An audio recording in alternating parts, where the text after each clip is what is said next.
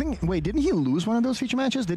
I think we featured him against Demir Midrange, where he ended up losing, even though it looked like it would be a great matchup thanks to all the go for the throats and everything. Absolutely. But let's see how he does in this match. So we see the deck on the screen here.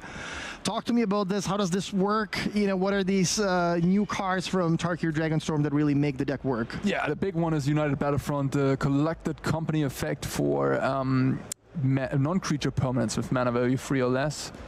And yeah, with those in standard, some of the best things you can get is this artifact package surrounding Simulacrum Synthesizer.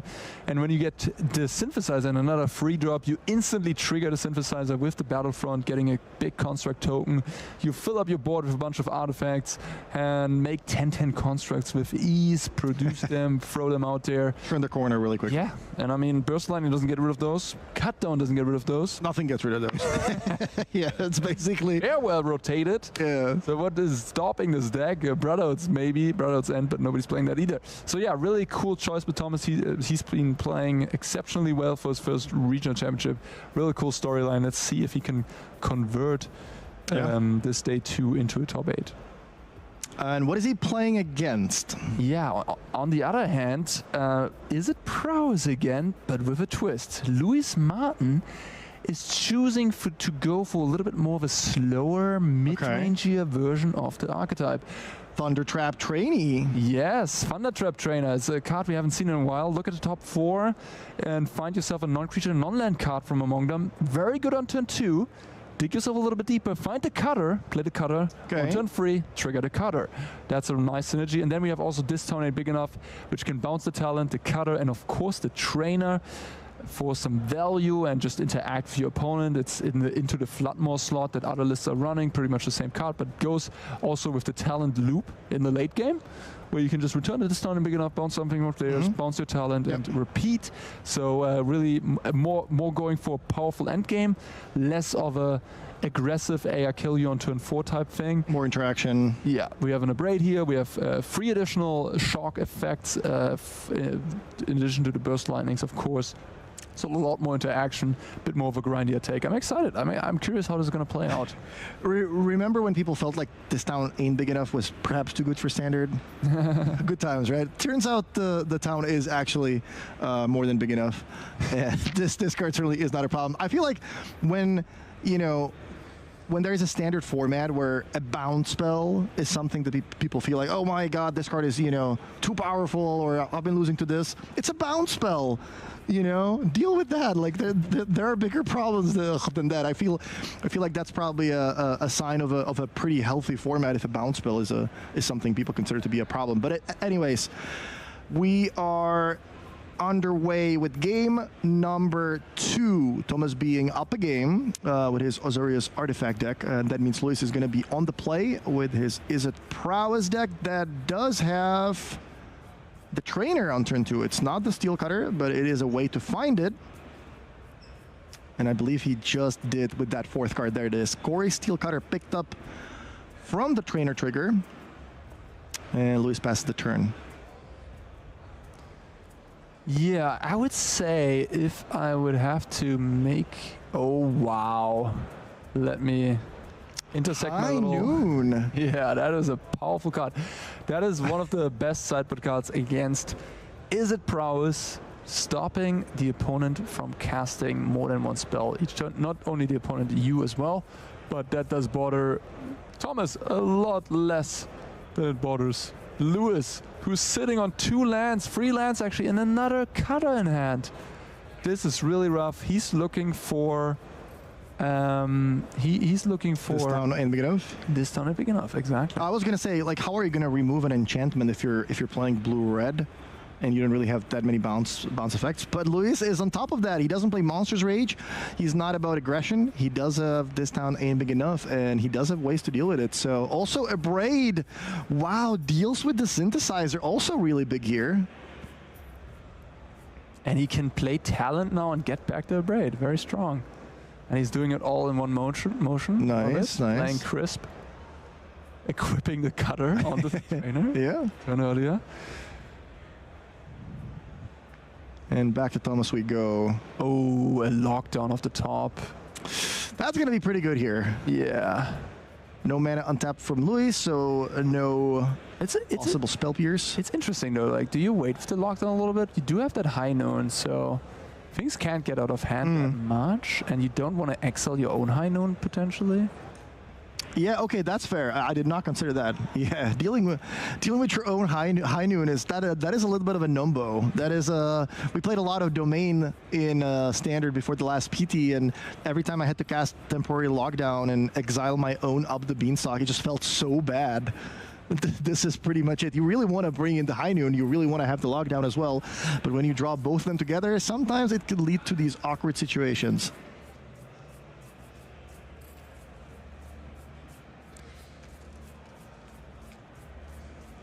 Yeah, and I actually think that Thomas is probably happy running against this specific Izzet Prowess version, because against the one with Slick Shot, I mean, he does have the saw plates. Yeah. But a plotted Slick Shot can deal a lot of damage.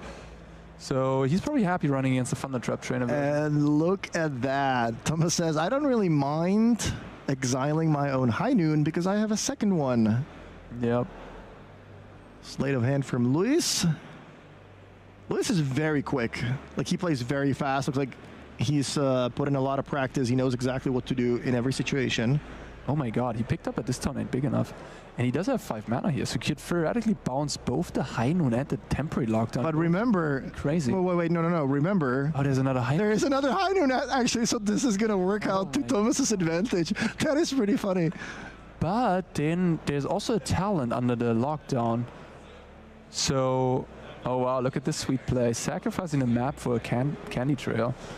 Okay. Going up the chain here. That's really cute.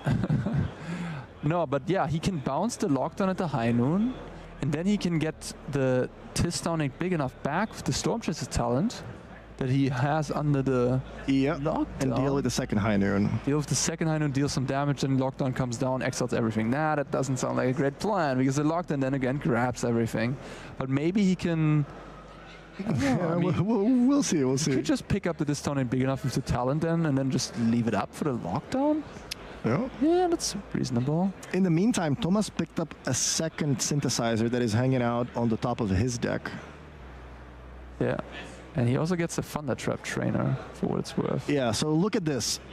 This town ain't big enough. Bouncing lockdown, bouncing high noon. There's going to be a couple of triggers. You're going to get a free token from the talent. You're going to get the trainer. So there's a free opt from that. And now Luis untaps, and let's see if he starts by dealing with the high noon first. Oh, he picked up an Into the Flood. Oh my god, can he create lethal here? That would be very impressive. Oh, he's not even... He has a lot of spells in hand. He could have bounced the high noon as his first thing, and then like attack for a ton of damage. But he also has a Swift Spear. Oh man, I wonder if he played this a little bit too fast here.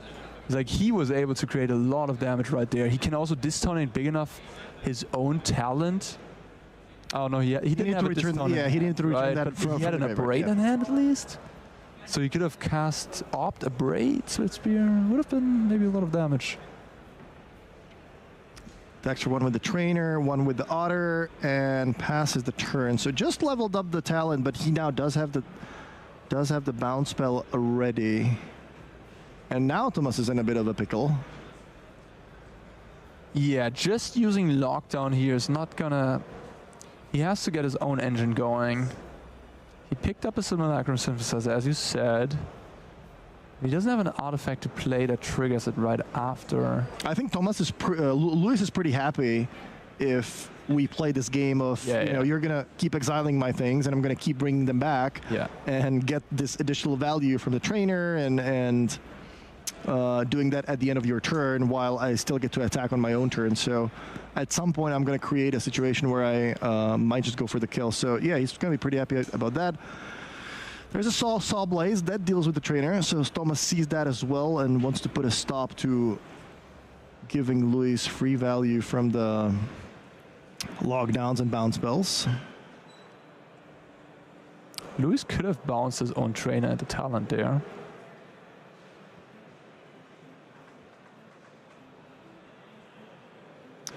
Thomas follows by a second High Noon. I'm just going to make sure that you really don't play 2 spells a turn. Unless we bounce both of the High Noons. I think if you make the math here, this could actually be lethal. He has a second cutter. He has Opt, Floodmore, Abrade. I mean, there's a Saw Blades in hand, so he probably doesn't have lethal against that specifically. I mean, what he can try to set up, he just end of turn, this turn ain't big enough, those 2 High Noons, I suppose. But this turn ain't big enough here, coming in clutch. Just play a Swift Spear, attack for 2, put Thomas to 11, then just pass the turn with this turn up.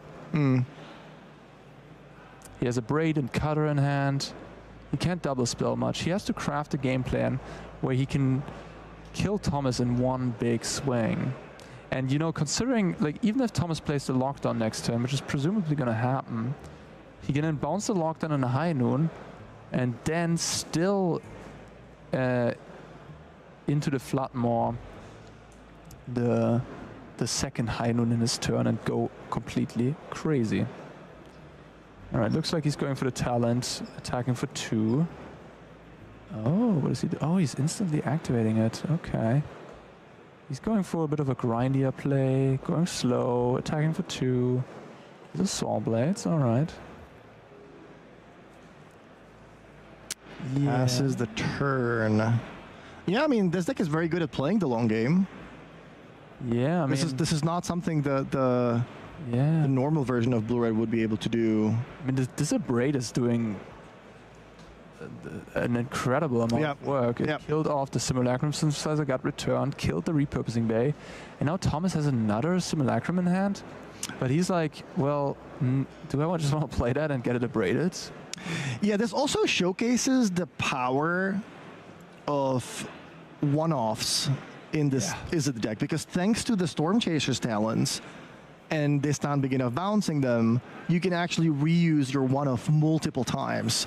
So a card like Abrade that's going to be, you know, very good in a couple matchups like this one, when your opponent runs all artifacts, is gonna be so much better than if you just had, you know, one copy in a regular deck. Yeah, Thomas is playing out the Simulacrum. I guess he's probably thinking, hey, I really have to scry into a United Battlefront or a Kayla's Reconstruction. He has a Braided Net that he could use to draw some cards with.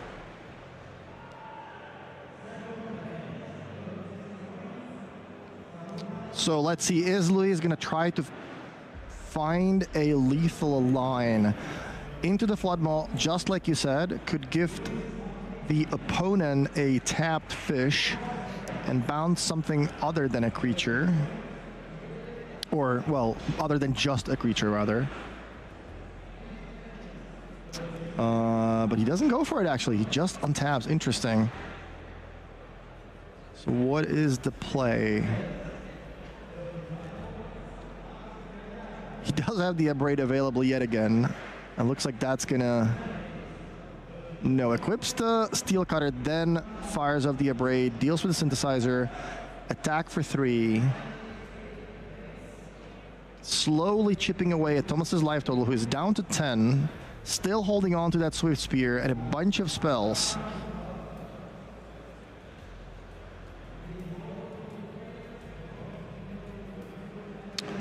Thomas yet again activates the Anchorage.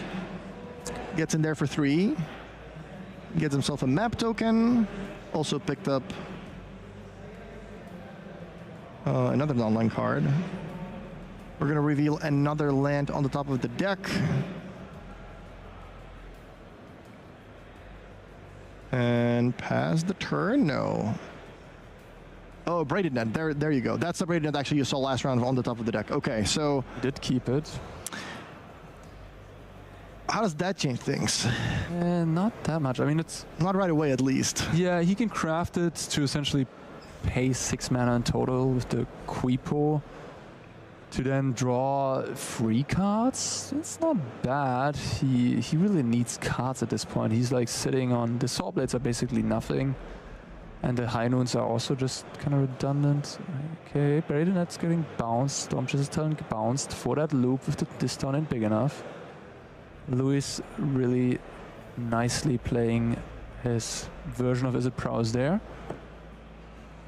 And there's another discount ain't big enough. Yeah, and it looks like it's really going to pay off in this matchup against the high noons, against the lockdown. But yeah, Luis is more than happy to just keep chipping away with this otter, playing one spell a turn, waiting. He's actually not activating the talent this time. Yeah, I think now he's just kind of waiting to sculpt the perfect hand. Oh. Where he might go for the end of turn, this down ain't big enough, bounce both the high noons, and then go for one big final blow. But this is a nice curveball. United Battlefront, drawn by Thomas. What do we find? Double snare? There we go. That is actually not that impressive here, is it? And Luis Martin really has made sure to have all the card advantage angles covered here. Yeah, the reason why it's not as impressive as when Thomas usually does that is because Luis managed to cast a Braid 3 times and dealt with a bunch of synthesizers. So no free construct tokens for you this time. He's just going to exile the other tokens? I mean, he has at 7. I think that's what you have to do. Like, the cutter is not threatening into the high noons. Yeah. Mm-hmm. He does still have the braided net, which is going to play out. Oh no, he's going to use the anchorage instead. So, I mean, Luis Martin down to 10 here. Yep. This has been a very interesting game, considering Luis has been sitting on 6 or 7 cards the entire game, and yet the game is about just attacking for 1 or 2 every turn. And I think now we might finally see the big final turn, the final blow. This is a lot of damage. Swift Spear tokens. I'm going to play some 1-mana spells, and that's going to be a lot of prowess triggers. So Luis picks up game number 2, and we're going to go to game number 3 for all the marbles. Yep. Top 8 spot on the line. Although, as we said, both players have already picked up a Pro Tour slot, so they're probably going to be pretty happy about that. Qualifying themselves for Pro Tour Edge of Eternities at the end of September in Atlanta? Yep. Atlanta. Wow, look at that. There's 2 copies. There's 1 copy of a Braid in the main already and 2 more in the sideboard. That's huge. Yep. Negate 2 spell pierces as well. Wow. He's prepared. Yeah, I think when Luis comes back home, he's going to say, these are Braids. That was a really good decision, especially that one in the main deck also. Yeah, he's going to feel pretty good about that. Great stuff. Honestly, after seeing that game, I do wonder about the Raw Crackling bit as well. That's like a card you can just slam, and that really does not care about High Noon much. Yep. You just continuously make orders and just win the game with it. And considering he has a Braids, he can really slow this game down. It's like if without Simulacrum Synthesizer in play, Thomas doesn't really have much else going on. Yeah, the synthesizer is extremely important for this deck, and yeah, as we just saw, when somebody actually does have the shatter effects and they do take care of the synthesizers, then your deck is not as well equipped for these long games, because I feel like the United Battlefronts, they replaced some copies of 1000 Moons Smithy, which previous I think was a 4-off in the deck. That was also one of the ways to just win the long game. Yeah. But look at the sideboard. I mean, he doesn't have any like late game-ish cards, any card advantage. This is all interaction, some hate pieces, rest in peace and High Noon.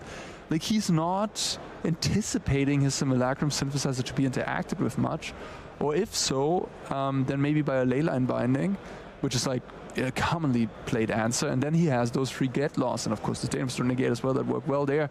But a Braid, I mean, are you gonna bring a Negate to fight a Braids that come back with Stormchaser's talent anyhow? Yeah, this looks kind of tricky for Thomas.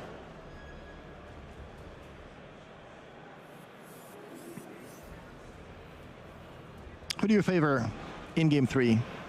I mean, after with Thomas on the play, after all that analysis, I feel like if Luis keeps a plausible hand that maybe has a Spell Pierce Negate or an Braid, and just goes after the same game plan that he just did here, he could. I think he might be the favorite, but you know, it's close. It's close. It's by no means decided. Because you know, a good draw that is very fast, with like an Iron Crack on turn 2 into a turn 3 unanswered United Battlefront, hitting like 2 powerful artifacts. You know, even like a Braid at that point, it's just way too slow, and Thomas will churn out enough value. But if the game drags out, like we just saw in game 2, I think Louis is the favorite. All right, looks like the players are ready with the shuffling, and hopefully we're going to start game 3 right away.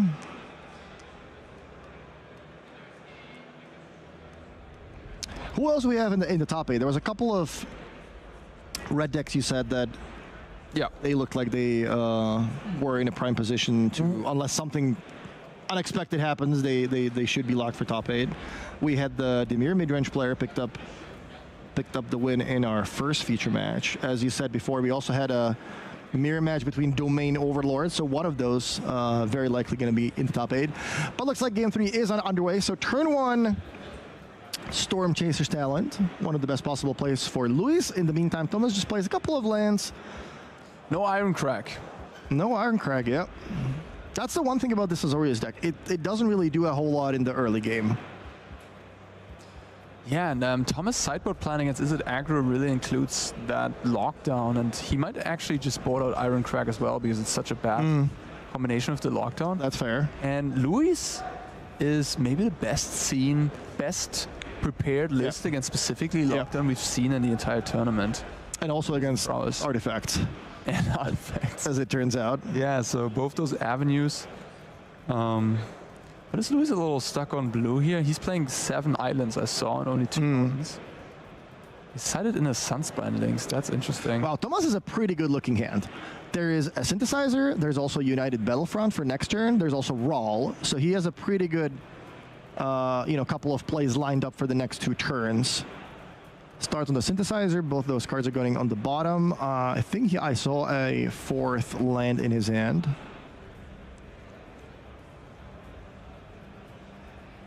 I don't think I saw a Braid. Just picked up a Cory Steel Cutter of the sleight of hand. Was there a Sunspine Links? Yes. There was a Sunspine Links, right? Yeah. Interesting. Yeah. You can keep bouncing that one too. If the game goes, perhaps Luis was like, this game took so long that I can just keep playing Sunspine Links and bounce it over and over. Wow, there is the disdainful stroke that deals with United Battlefront, so no shenanigans for you. Thomas has no chill. He's just like, every time, team your opponent, 2 mana, boom, I'm slamming it. I'm slamming it. Yeah, gotta have it. Make them have it, exactly. Die on the spot. Exactly, that is a good strategy. Make them have it, you know. Sometimes you're playing around cards your opponent don't even have, so might as well just let them have it. I mean, these trainers look pretty sweet. It's really just trainers and more interaction for Monsters Rage and Slickshot, right? And so far, so good. I have to say, in this matchup, they impressed me. Thomas picked up a 2nd copy of Sleight of Hand over a Spell Pierce, realizing that, I'm going to be tapped out this turn, and if you're untapped for turn 6, then my Spell Pierce is unlikely to be that relevant as much as it was in the early game. All right, now Luis is tapped out though. So anything can happen here. I think I see a lockdown, if I'm not mistaken, and then 2 artifacts, Braided Net and Simulacrum. The lockdown seems pretty enticing. Okay, he's going for the construct route. And has his tap. Tumble Magnet. The Tumbling Magnet, exactly. Braided Net. I don't know, I would have liked to see a lockdown there, but maybe I missaw, maybe it's not a lockdown. Luis starts on a Sleight of Hand. That resolves. Sees this down ain't big enough, and something else. I think it was a negate. Oh, wow, yeah. At this point, you just want to keep pressing the advantage and holding up negate. That looks really good. Yeah, that's one way to deal with construct tokens. We keep saying how, none of these black removal spells really line up too well to deal with constructs, but yeah, there's a good way of bouncing them. You don't really care how big they are. Just gonna tap out. How many spells was that? So Sleight of Hand, this down, So- plus Talent, so that's 3 spells. Yeah. Move to combat. Would you like to tap anything? There's 3 4/4s here. All the prowess creatures are 4/4s. Yeah, looks like this game is slipping away from Thomas. Oh no, one of them is a 3/3. The cutter monk is a 3/3. So 2 4/4s, a 3/3, and 2 1/2s. Tap the 4/4. Attack for what is this? 10?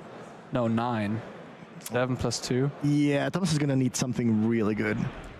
United Battlefront, maybe hit a lockdown plus something proactive.